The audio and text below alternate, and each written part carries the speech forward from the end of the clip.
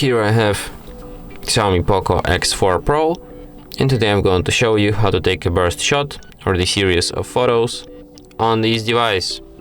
So firstly you have to open camera, then tap here, go to its settings, find an option, press and hold shutter button and select burst shot.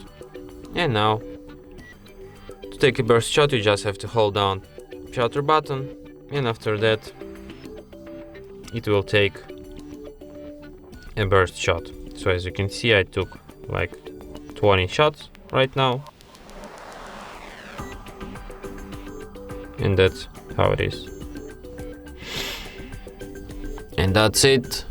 Thanks for watching. If you find this tutorial useful, don't forget to hit that like button and subscribe to our channel.